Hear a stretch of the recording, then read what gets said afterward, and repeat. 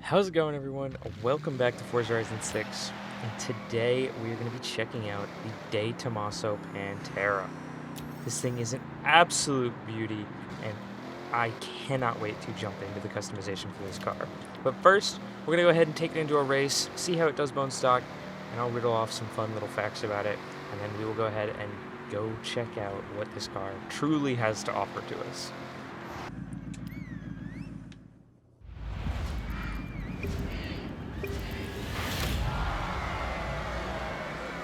Alrighty, so the Tomaso Pantera GT5 is a car that has not been in a Forza game since Forza Motorsport 4. And that wasn't even, I believe, the GT5 edition, that was just a general Pantera edition. It wasn't this specific car. So, the really cool thing about this is that this car is, in a way, an Argentinian car. It is technically Italian, as the company is founded in Italy and has a lot of Italian styling, as it was designed by some of the premier Italian car designers in the world back in the 80s. But this is also an American car, because if you hear that V8, which I'll give you a sec, that is a V8 from Ford. And you might be thinking, why would Ford be putting an engine in this? Well, Mr. De Tomaso decided he wanted to get the most reliable possible engine, and also for a decent budget. You know, he didn't want to spend a crazy amount of money. So he looked to Ford, and they provided him with a 5.2-liter V8.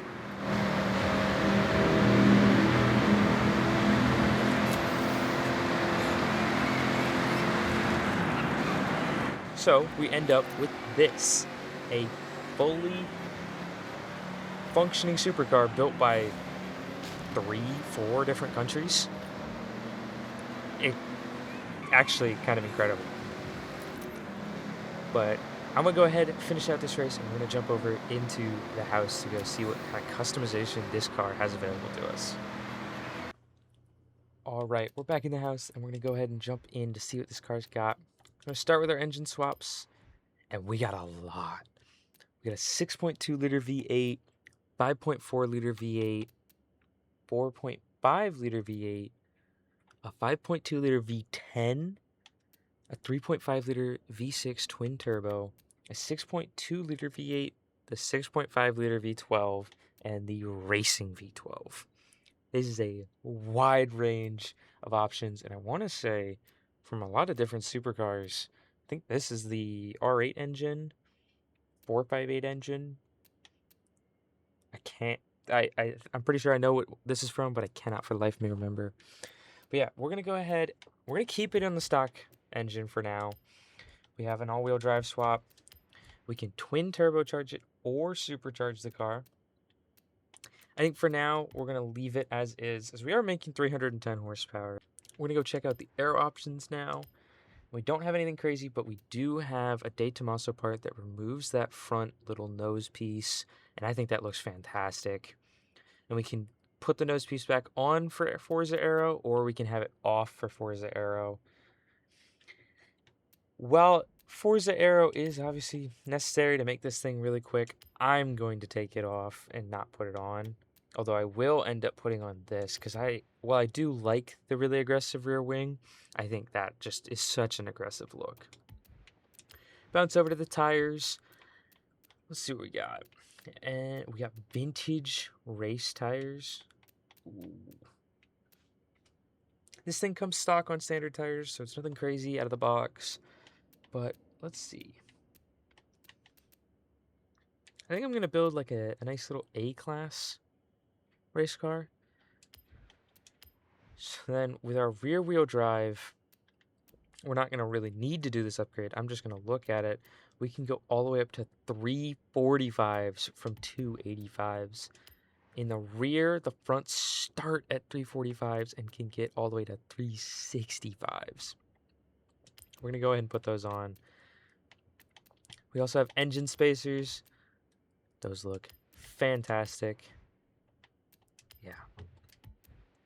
Moving on, we're just going to knock out some quick little drivetrain upgrades.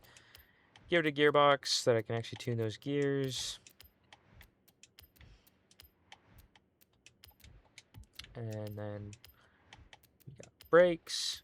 We have a couple different suspension options. We do have drift suspension. I'm not going to take it drifting. You don't want to see that. I can't really drift that well. But we also have rally suspension. It's nice to know that we even have the option for it, you know? It's not like it's not a necessity for me to use it, but it is there, which I do like. I'm going to leave the roll cage out. And we can go minus 1,000 pounds. I think we're going to go ahead and toss that on. We are now basically at the top of the class. And I don't think we'll be able to do much other than oil and cooling and a flywheel, maybe. Can't even do the flywheel. So, our little A-class racer here is going to end up with 2,200 pounds. Just a couple more horsepower. And we're going to gain a hell of a lot of grip. We're going to go ahead, toss on these upgrades, and we're going to go check out the paint jobs that we can do with this. See if we got any fun options. That white looks fantastic. I can't lie, I don't love this blue. The red looks great. And the yellow, I mean, that makes it feel like a Lambo, honestly. I think we're going to end up going with... We're going to go with this red. Give it some tinted windows. And we'll go ahead and go test out our brand new build. After I do a quick little bit of tuning, I'll catch you guys right as we load into the race. Alright, loading up here onto a Tokyo Railway Sprint. We're going to see how this car handles with the upgrades we've applied. I know we didn't go too overboard, but, you know, I do kind of want to keep the stock feel of the car, you know? I don't want to slap in some Lamborghini V12 and try and go all overboard on it when, in reality, I'm kind of not even driving the same car at a certain point. So far, we definitely don't have the power to keep up, and I think we probably will have some power issues. That's to blame for me, though, as I really didn't push the power on this car at all. I kept it pretty much stock on power, so that's more of a builder error than it is a car error, as it handles beautifully in these corners so far.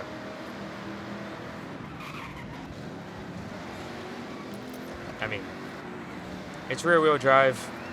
You wouldn't even realistically, these tires in the rear.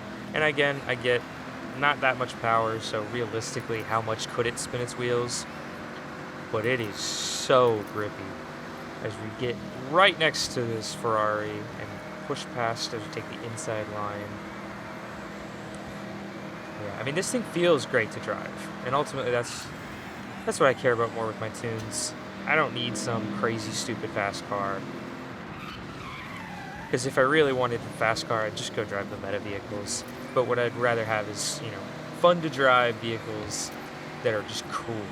And the De Tomaso Pantera is just cool. I've actually been fortunate enough to see one of these in person, and it looks as good as it does in this game. These things are just absolutely stunning. And I believe, if I'm remembering correctly, it was in a very similar, if not the same exact red that this one is in. So, a little throwback to that, which is kind of cool. We're going to be pursuing these last two cars up here, as we are going to be chilling in third place. And I mean, I really can't complain with it so far. And in terms of the customization, it's got plenty. Like, it by no means was lacking in any department, really. I mean, it's got drift suspension. It's got a stupid amount of engine swaps. All crazy cool engines, too. And then it also has some fun aero options to really, like, make the car have a style that you want. So, overall, I have to say this car is a win for me.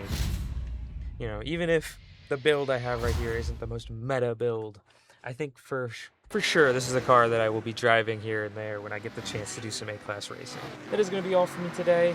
We got to check out this very awesome De Tomaso Pantera GT5, and I was really, really happy to see that it actually had some good customization options like those engine swaps. So, thank you guys so much for watching, and you guys have a great rest of your day.